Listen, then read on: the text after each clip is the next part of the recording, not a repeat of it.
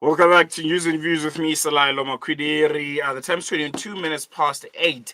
And right now, we're going to be opening a conversation that's gaining a lot of heat in the ANC, but isn't yet being addressed out loud. The big question: who will succeed President Cyril Ramaphosa? With the ANC kind of bruised and battered by a tough election last year, and currently being stuck in coalition compromises and what one can consider, a desperate time to reclaim ground, particularly in provinces like KZN. The question of succession is no longer a distant one to have or one to have behind closed doors. I know that there's been communique from the ANC's top brass that ANC officials shouldn't even answer or entertain questions about succession or about their next elective conference and who they endorse or who they don't endorse. But you can tell, you can feel that the race has already quietly started. One person that was seen as a front runner to succeed President Cyril Ramaphosa was Senzo Mchunu, whose future is now clouded by scandal. And there's been other names that have been thrown into a hat. Patrice Motsepe was one that made headlines. There's been rumors also of the current Secretary General of the ANC, being one of the people to look out for, Fikile Mbalula, that is. But insiders say that there may have been more distraction than direction. Those rumors and those names that have been thrown around. There's now a newer name, like Dr. Nomusa Dube, who has entered the conversation. But is this really about individuals or about strategy or about control and survival of the ANC? And to make sense of post Ramaphosa ANC and some of the undercurrents and what they could tell us about where the once glorious movement is headed, I'm joined by a political analyst, Sandile Swana. Mr. Swana, thank you so much for joining us. Welcome to Salam Media. Really appreciate you giving us your time this morning, as always. Thank you so much. Good morning to Salam Media. I think we could just kickstart the conversation with how you, number one, analyze what a post Cyril Ramaphosa ANC could look like, and most importantly, how important would the decision to choose a right candidate? I know it's still early days, but as I've mentioned, those conversations are being had in the inner corridors of Lutuli House. How important would it be for the ANC to make a right decision when it comes to choosing the next person who can be on the helm of the African National Congress at a very, very critical point in its history? Thank you so much. It has always been crucial for the ANC, since its return from exile, to choose the correct president. And they chose Thabo Mbeki in the first period up to 2008 to rebuild the country, whilst Nelson Mandela was doing managing race relations in South Africa. The actual work of running the country was in the hands of Thabo Mbeki for that entire period. And after that period, they have not been able to choose a correct leader. Jacob Zuma was a disaster. And Cyril Ramaphosa has proved to be a cataclysmic catastrophe, total decimation of the country and of the African National Congress. So it's crucial that they choose somebody important. And then the question is, how do they discover who is the person who is going to be competent to run the ANC? The light that they have, the light that gives them direction, is the light that comes from big business, PLSA, UTA, D4SA, Adrian Gore, those types of guys, which is in essence the CR17. So there is really a lobby from big business to have continuity of the CR17 agenda, the Operation Vulindlela, in as much as from a GDP growth perspective, it is a catastrophe. From a reduction in unemployment, there is actually a decided, unambiguous increase in unemployment, which means at this stage, Operation Vulindlela and the CR17 are both a disaster to South Africa. So there is nevertheless an element that business wants to keep control of the ANC. And the opposite of that is what Mashatile would like to do and mobilizing the forces of the left. No, definitely. Historically, the ANC succession has been highly contested, and to be honest, I think we all know that it has been faction driven. How do you see this next round shaping up? It's coming at a time where the party has lost favor with the majority of South Africans. It's now in a government of national unity, which is also under the spotlight, and it's certainty on whether or not it will survive a full cause, and a second cause after that is also a question mark. Is it still a desirable job to be at the helm of the ANC? Is it still a seat that those that are in the top brass of the ANC look at and salivate, considering the state of the party at this moment? I think that it remains a desirable job to the extent that it is a job. I think that, for instance, the way I look at a person like Cyril Ramaphosa, that the achievement that he has is that he became the president of South Africa. It's not about what he achieved for the nation, it's about what he achieved for himself in his own CV and obituary. That it will appear that he was the first 2 terms as president of South Africa, regardless of how much damage he did to the country. So it remains a desirable position, and there's still a prospect that even after 2029, you could have an ANC president, because it might still be bigger than the DA anyway. At that time, let's say if the DA is at 22, 24, the ANC could still master, 28, 30.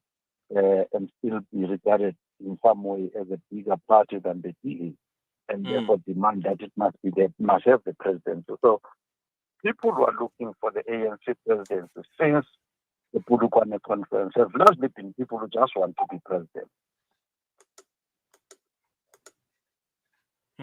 Definitely. I want to start talking about some names now.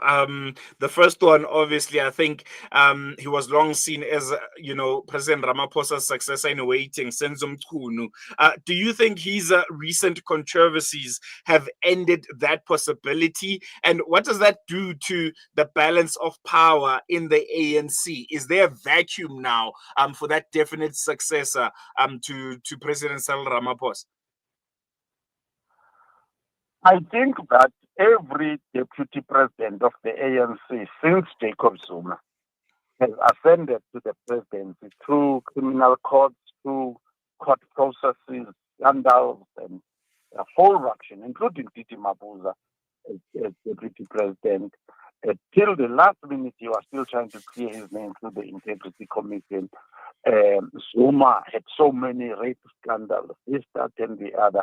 Ramaphosa had Pala, he had what was that? CR7 money, all sorts of things. So you don't become president of the ANC by being clean. That is not a requirement. So if we are saying that the scandals that Senzo Mchunu is involved in are a killer of his career, I have my doubts about that. But we must not ever forget that Paul Mashatile has also been preparing to take over the presidency of the ANC for some time now. And I don't think he's going to take it lying down. I think very good organizer, very shrewd operator. I think that this go according to bribes. You pay your way into presidency, bribe certain people. So skills of Senzo and whether Senzo is actually recognized as a national figure in South Africa, for instance, does he have say in the Northern Cape, does he have say in the Eastern Cape, does he have say in Limpopo? If you compare him to Paul Mashatile, those types of things need to be considered. Because Titi Mabuza, one of his weaknesses was that he was actually a provincial leader. He never became a national leader. So he never had a national constituency or a voter. And that was to his detriment.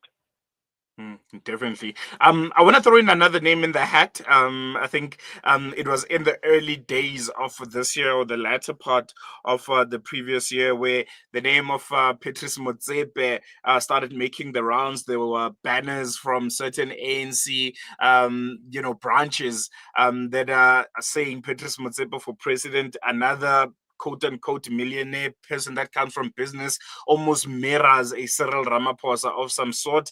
That narrative seems to get a lot of traction online and in some circles. What do you make of this? What do you make of a Patrice Motsepe throwing his name in the hat? Do you believe that he'd be one to look out for in the next ANC electoral conference?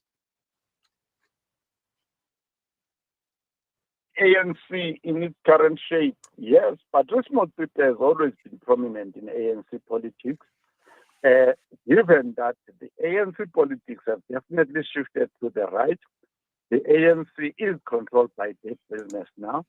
Patrice Motsepe would be a continuation of the Cyril Ramaphosa agenda quite easily, and he has popularized himself by running towns, this, that, and the other thing, and being part of African football. So he's not bad actually from that perspective. As to whether his coming will be simply a continuation of the mediocrity that we've seen up to now since 2008 is another matter. Mm.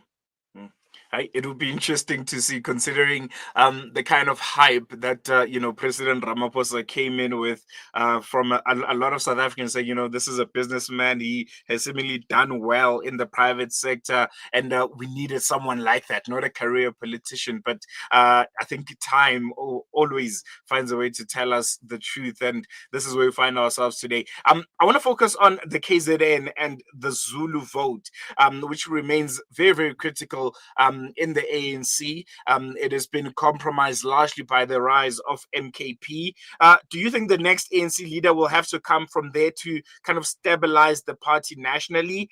There's been reports of a Dr. Nomusa Dube, which is being floated by some saying, she might be a compromise candidate of some sort. They're saying she's a Zulu woman. She's from the KZN. She comes in with a supposed clean political capital. Do you see her as a serious contender, or maybe a placeholder of some sort in the noise that's taking place when it comes to the succession plan? And also she seems to have gained favor with the president, the current president Cyril Ramaphosa, who has appointed her as the Deputy Minister of Higher Education and Training following that cabinet reshuffle that we've seen happen on Monday. If the weight like Galala before her, she could not hold her position in KZN on her own. She's not strong in her own home province. Ndolo and Duma were pushing her around in her own province. So to think that can win the Zulu vote by running behind her would be a mistake. Similarly, by the way, Mkhunu is not a big force in KZN, and the Ramaphosa faction, regardless of how you look at it, it is not a big force right now in KZN. Mbeki himself was never a decisive force in KZN. He was never able to win KZN. Even when he was almost enjoying 20% across the country, he never won KZN. The only person who ever won KZN is KZN. That's a really interesting analysis, because I think she was being seriously considered, I think, by many, but it's speculation. It's all speculation at this point, because I think there's still some time before the ANC goes to its elective conference. But just in wrapping it up, Mr. Swana, just your overview analysis on the ANC succession games. What do you think they're going to look like? And most importantly, what should South Africans hope for? Because as you mentioned, there's still a big possibility that whoever comes into the helm of the ANC could ultimately find themselves as the president of the country. Yes, I think anybody who becomes president of the ANC, out of all the parties, is the most likely candidate to become president of the country.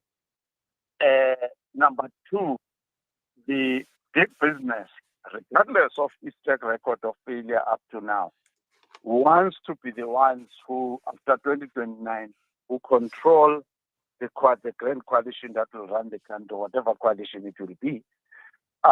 So that is about capturing the ANC processes to be submissive to big business. Whether Mashatile will play that game or what he will do is another thing. But all the EFS, Zuma, MKP, the so-called left-wing or progressive caucus, they were outwitted by big business in this last election in 2024, and big business is in charge. Now the question is whether big business will be able, again, using money to actually take ANC leadership and then shape the formation of the next coalition to run Africa again. So for now, a big business is the star of South African politics. And the people who are going to try and lead. For now, that is that. And the only question for me politically is whether Mashatile has got a credible alternative, whether he can outwit big business. That is the game. It will be probably for now between Mashatile and big business. Interesting to note, and I think there'll be interesting times ahead, Mr. Sandile Swana. Always a pleasure having you on air. Thank you so much. And I think as we approach 2029 so aggressively, we'll be having you more on the show to kind of lead us through it. There you go. That was political analyst Sandile Swana helping us decode the ANC's silent chess game, the battle of succession that may already be underway. The ANC is trying to keep it hush-hush. They've sent communique to all of their branches, saying no one is supposed to talk, endorse a candidate at this point. The party is still trying to lick its wounds and trying to, find a way out of that dismal showing in the previous elections last year, but conversations are already starting to be had. As I mentioned, people's names are being thrown around. Petrus Motsepe is there, Fikile Mbalula is there, the current Deputy President Paul Mashatile is there, and it will be really, really interesting to see how all of this is going to pan out, because I think looking at the recent developments, especially with Senzo Mkunu's fall from favor, I think the KZN is going to be a point of a lot of focus. There's going to be a lot of emergence from leaders from the KZN, because we can all agree there's a vacuum there. And it's clear that the next few months could ultimately determine not only the future of the ANC, but as Sandile Swana mentioned, the leadership of the country itself. So what do you think? Who should take the baton from President Cyril Ramaphosa? And more importantly, what kind of leader does the ANC need right now? Does it need a reformer? Does it need a stabilizer? Or, someone who can simply just hold the party together until the 2029 elections? Or maybe, is it too little too late for the ANC to renew itself from within? I mean, we are seeing the rot continue. We are seeing headlines after headlines, implicating top ANC officials of corruption. And the people of South Africa are growing angrier and angrier by the day. And if you look at the showing of the last elections, I think there's a story being told. A lot of people saying they don't see the ANC claw back. A lot of analysts, they say they don't see the ANC claw back above 50%. And it'll be interesting to note what kind of direction will the African National Congress take when it comes to its new leadership. But who would you like to see at the helm? You can send us your voice notes or text on 061-766-0355, or you can call us on 011-680-0355, and you can also comment on the live videos that are playing right now on our various social media pages, the live broadcast of the show, and you can use the hashtag news and views to join that discourse. Coming after the break, DECO finally responds to explosive international reports linking South Africa to the October 7th Hamas attack. We'll be speaking to Crispin Piri, who'll be joining us live. He's a spokesperson of our International Relations Ministry, and he'll be unpacking all that and more after the short break. Don't move.